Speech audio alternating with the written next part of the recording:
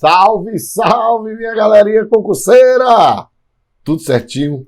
Tudo bonzinho? É isso aí. Bem, galerinha, estamos com um novo projeto, né? Projeto de resolução de questões, né? Sobre direitos humanos, banca CESP, SEBRASP, né? Questões só certo ou errado, tá certo? Então, esse projeto aí do Estou Preparado, no qual faço parte, né? A gente vai trabalhar questões de direitos humanos, questões de CESP, SEBRASP e, obviamente, aquelas questões certo e errado. Não quer dizer que não existem questões de CESP que não sejam de múltipla escolha. Existem questões que são de múltipla escolha e que são de certo e errado. Mas o projeto nosso é trabalhar apenas aquelas questões de certo ou errado, tá certo? Bem, para quem não me conhece, meu nome é Emanuel Tadeu, sou professor da plataforma de Direito Constitucional, Direitos Humanos, Processo Penal, Direito Penal, e a gente vai trabalhar aqui com vocês. Essas questões vão ser 100 questões, tá? São 100 questões divididas em 10 blocos, ou seja, para cada bloco você vai ter 10 questões por bloco. E, obviamente, eu não estou aqui apenas para dar o gabarito, se é certo ou errado. A gente vai detalhar a questão, vai fazer um breve comentário da questão, tá certo? E depois eu vou opinar, dar o meu gabarito, se é certo ou errado. Outro ponto importante. Quando der, no início de cada bloco, a depender do assunto, a depender do conteúdo, eu vou fazer uma revisão geral. Por exemplo, nesse primeiro bloco, a gente vai estudar muito a evolução histórica dos direitos humanos. Né? Então, eu vou dar uma geral sobre a evolução histórica dos direitos humanos. Não é aula, porque não vai dar para a gente fazer isso, mas eu vou dar uma geral sobre a evolução dos direitos humanos e depois a gente corre para fazer as questões, tá certo? Então, basicamente vai ser isso o que a gente vai fazer. Então, sejam muito bem-vindos ao nosso curso de questões sobre direitos humanos, CESP, SEBRASP. Meu Instagram, quem quiser entrar em contato comigo, meu Instagram é Prof. Emanuel com 2 M's, tá? Chique. Emanuel, não é Noel, não, é Noel, é com O, tá? Então, 2 M's, N-O-E-L, Tadeu com TH. Então, Prof. Emanuel Tadeu. Então, já viram aí que o cara é chique, né? É muito fresco, pode dizer assim. Então, galerinha, suave na nave, vamos trabalhar, vamos produzir, beleza? Sim, só um ponto. Quando não der para trabalhar, o ideal é que a gente trabalhar são cada bloco das questões. Quando não der para fazer isso, não tem problema, a gente joga as questões para o próximo bloco. Então, essa é a margem, né? A gente quer trabalhar na margem de 10 questões por bloco. Às vezes não dá, o assunto é grande, o conteúdo é grande, as questões são mais complexas, mas quando não der, não tem problema que a gente joga para o próximo bloco, beleza? Então, suave na nave, vamos trabalhar, vamos produzir. Bem, primeiro ponto das questões que a gente vai trabalhar, né, ela se refere aspecto da teoria geral dos direitos humanos, tá? E da sua afirmação, a sua afirmação histórica, tá? E da sua responsabilidade com o Estado. Então, para a gente responder essa questão, então a gente tem que fazer uma breve análise histórica do que foi os direitos humanos. Então, veja, é muito comum o cara pensar e dizer, deixa eu só colocar o óculos aqui, que às vezes não dá para enxergar nada não. Então, veja, é muito comum o aluno achar que direitos humanos eles surgem a partir da criação da ONU. Isso é um erro muito grande, tá? Então, os direitos humanos, eles têm precedentes históricos desde a Grécia, tá? Então, na Grécia Antiga, não é? Sócrates, Platão, Aristóteles, não é? Já traziam direitos políticos, né? A ideia de cidadania, né? Então, para esses caras, ele colocou a pessoa humana como centro, não é, de uma questão filosófica. Então, o homem estava no centro de uma questão filosófica. Então, quando a gente fala de homem, fala de direitos, né? Inclusive direitos políticos, a ideia de cidadania, né? Nasce na Grécia Antiga, né? Onde os cidadãos participavam das decisões políticas do seu Estado. Então, principalmente em Atenas, né? Principalmente em Atenas, era muito comum ocorrer isso. Você não tinha governantes, quem decidia eram os cidadãos. Um relato bem histórico sobre isso foi para decidir se os atenienses iriam para a guerra contra o Império Persa, né? Então, reuniu-se ali os cidadãos e era assim, pessoal, você tinha 2 baldes, tá certo? E você tinha pedras, seixos, né? Chamado de seixos. Seixos pretos e seixos brancos. Então, o seixo branco era a paz, o seixo negro era a guerra. Então, aí eles iam, cada cidadão, aqueles caras que participavam da vida, só podiam ser atenienses, não podiam ser estrangeiros, então foram lá e depositaram, não é? Aí lá, paz, branco, seixo, preto, guerra, e ganhou a guerra, né? Ganhou a liberdade. E o povo grego, né, lutou contra o maior império da época, que era o Império Persa, e ganhou. Veja que coisa interessante, eles ganharam. Mas a ideia que eu trouxe que a gente deve fazer, né, é dizer que já na Grécia já tinha a ideia, né, de o homem ser colocado como questão no centro de uma questão filosófica, trazendo direitos políticos, etc. Aí, na Roma Antiga, o direito romano trouxe proteção aos direitos individuais, o chamado jus civile, né? Jus civilis ou ius civile. Vou dizer ius porque você tem um latim clássico, né, e o latim moderno, né? Na Roma Antiga você tem um latim clássico, né? Então era ius, era o J era I, né? Por isso iesus, né? O J, o I substituiu o J. No latim moderno, a partir do Renascimento, aí você tem o J substituindo o I. Então, ius civilis, direitos civis, né? Então atribuiu um conjunto de normas comuns, né, ao povo romano e aos estrangeiros, né? E introduziu a ideia de que o ser humano é, por natureza, portador de direitos que devem ser respeitados. O famoso ius naturais, né? Ou seja, direitos naturais.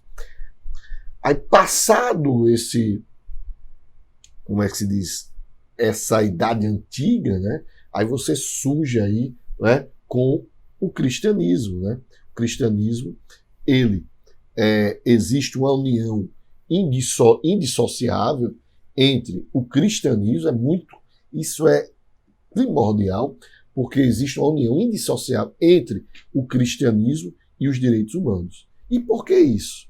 Uma vez que esse limitou o poder político através de distinção entre o que é de César e o que é de Deus. É interessante, né?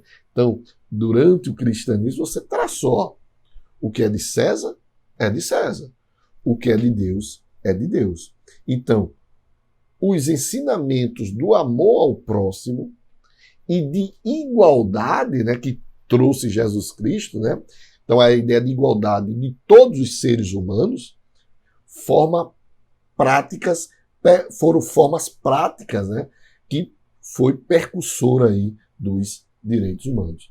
Então, aí você tem também, durante a Idade Média, a famosa Carta Magna de 1215, que foi outorgada pelo chamado Rei João Sem Terra, e é o primeiro documento escrito que procurou, não é, conter os poderes do monarca.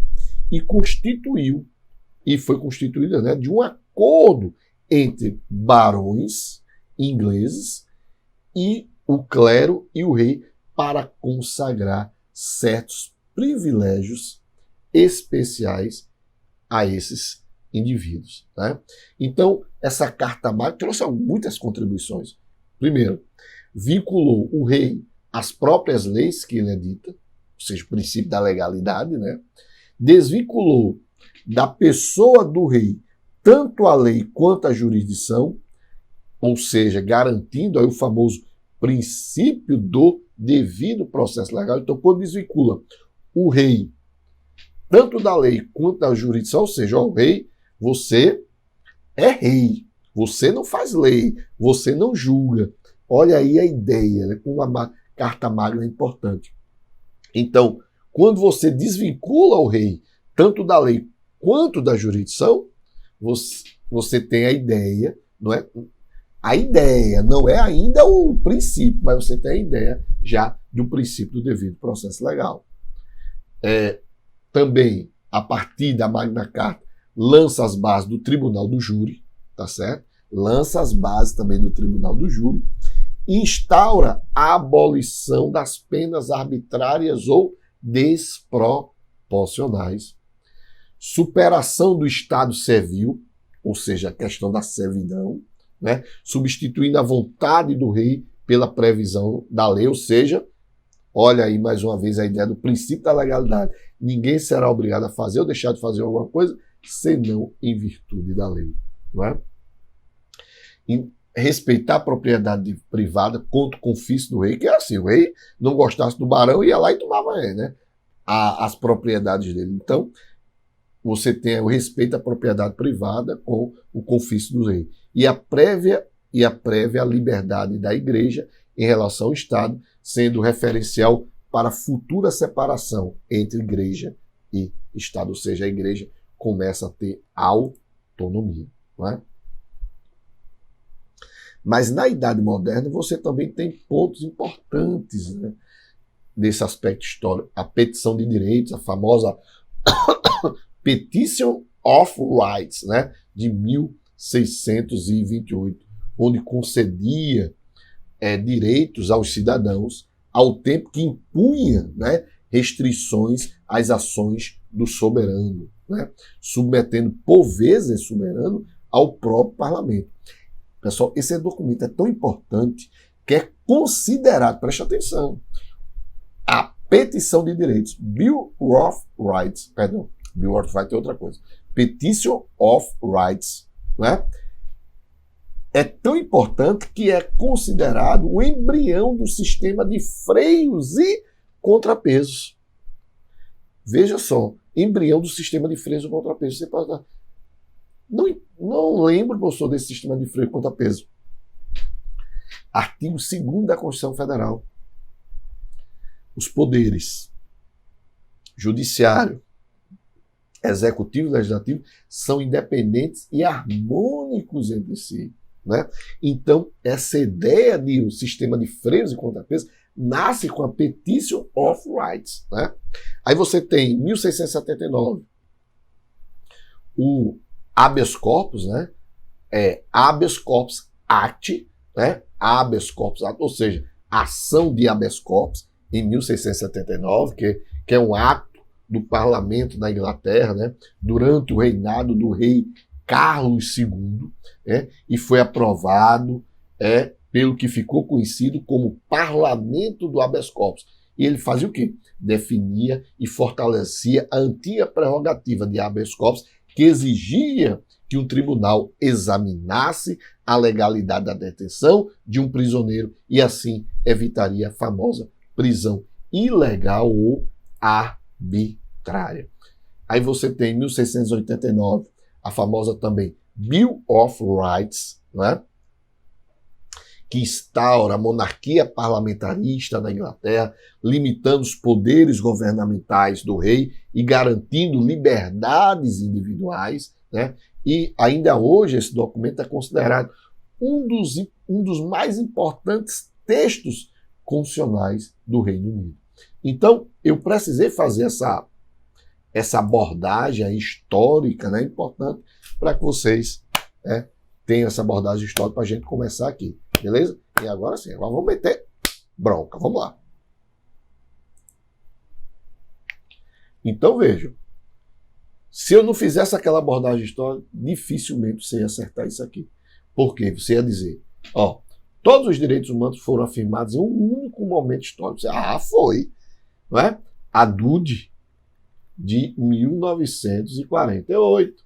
Está errado. Nós vimos vários documentos, Petition of Rights, não é? Magna Carta, Bill of Rights, Habeas Corpus, ACIO. Então, a questão está, logicamente, a questão está errada. 2018, CESP e FAM, acerca dos direitos humanos, direitos de minorias e movimentos sociais urbanos, julgue o item seguinte. Atualmente, os direitos humanos têm sido utilizados pelos movimentos sociais urbanos e rurais, assim como por povos e comunidades tradicionais, como forma de proteção, principalmente contra transgressões cometidas pelo Estado ou pelos seus agentes. Tá certo isso? Tá. Não é?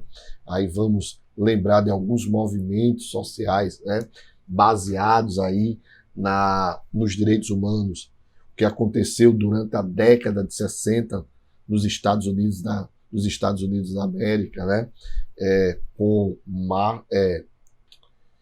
o Luther King, né, Luther King, é isso mesmo. Então, você tem esse movimento nos Estados Unidos, não é? Com Luther King, justamente para direitos dos negros, que os negros eram, né, apartados, né? Aí você tem na própria África do Sul o confim do apartheid com Nelson Mandela, né? Então tudo isso aí, né? Você tem movimentos aí sociais, movimentos urbanos e rurais lutando, não é, contra as arbitrariedades do Estado, buscando direitos individuais. Se eu busco direitos individuais, obviamente a gente está buscando direitos humanos. Beleza?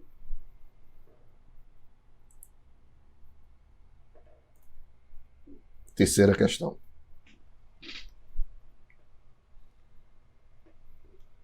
A partir do século XVIII, os direitos do homem passaram a fazer parte do debate político. A esse respeito, julgo o item a seguir. Apesar de assegurar as liberdades individuais, a Declaração dos Direitos do Homem e do Cidadão não foi por si só capaz de impedir o surgimento do processo revolucionário conhecido como terror. A questão está certa. Então veja. Então você tem a Revolução Francesa, né? A Revolução Francesa e, consequentemente, a Declaração dos Direitos do Homem e do Cidadão, não é? Que veio ser um dos primeiros documentos, né? Nasce aí o primeiro documento realmente regido, né, de direitos humanos, né? Com base em direitos humanos. Inclusive, quando a gente trata, né, dos momentos históricos dos direitos humanos, a gente começa com a Revolução Francesa. Apesar de você ter resquícios, né, como a gente viu na Grécia Antiga, Roma, durante o cristianismo, início do cristianismo, né, na Idade Moderna, realmente o que nasce mesmo os direitos humanos com a Declaração dos Direitos do Homem e do Cidadão a partir da Revolução Francesa. É um marco histórico, né? Então, o primeiro documento, ali você tinha documentos ligados a direitos, mas não eram específicos. Na Revolução Francesa, não. Você traz um documento específico de direitos fundamentais, baseado em direitos civis e políticos, né?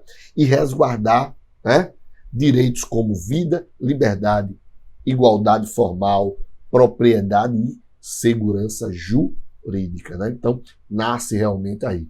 Mas mesmo assim, você tendo esses documentos, você teve pós a Revolução Francesa, né, movimentos revolucionários, né, de terror, né? Você Robespierre, por exemplo, né? Depois o ditador Napoleão Bonaparte, né? Então, mesmo com esse documento, você teve com Robespierre aí massacrando, matando pessoas, depois Napoleão invadindo territórios, né? Então, infelizmente, não foi possível. Como até hoje também, né? Mesmo com a Declaração Universal dos Direitos Humanos, a DUD, de 1948, você ainda não tem, né, um sistema que livre de estados arbitrários, de autoritarismo, né? Mas assim mesmo, vamos lá, vamos seguir em frente. Quarta questão. As 3 gerações de direitos humanos demonstram que visões de mundo diferente refletem nas normas jurídicas voltadas à proteção da pessoa. Tá certo isso? Tá. Porque veja, vamos lá, ó. Você tem direitos de primeira dimensão baseados em direitos civis e políticos, não é? E também conhecidos como direitos negativos. O Estado deve intervir o mínimo possível, o Estado deve intervir o mínimo possível na vida do indivíduo. Aí chegam os direitos de segunda dimensão, ou seja, a preocupação, não é? São de outros direitos, ou seja, visões de mundo diferentes, não é? Visões de mundos diferentes, mas mesmo visões de mundo diferentes, mas reflete em normas jurídicas voltadas para a proteção da pessoa. Por quê? Busca-se o quê? Educação. Educação, saúde, não é? Igualdade material. Então, você tem visões de mundo diferentes, aqui você tem direitos civis e políticos, e o marco histórico, a Revolução Francesa. Segunda dimensão, você tem como marco histórico a Revolução Industrial. Busca-se mais o quê? Direitos sociais, direitos econômicos, direitos culturais, mas todos esses direitos voltados para a pessoa. Terceira dimensão, você tem como marco histórico as 2 guerras mundiais, mas logo aqui, ó o que eles pensam, ó, fraternidade, paz, autodeterminação dos povos, proteção ao meio ambiente, proteção do direito do consumidor, tudo também voltado ao indivíduo, voltado à pessoa, visões de mundos diferentes. Revolução Francesa, Revolução Industrial, pós-guerras mundiais. Tá?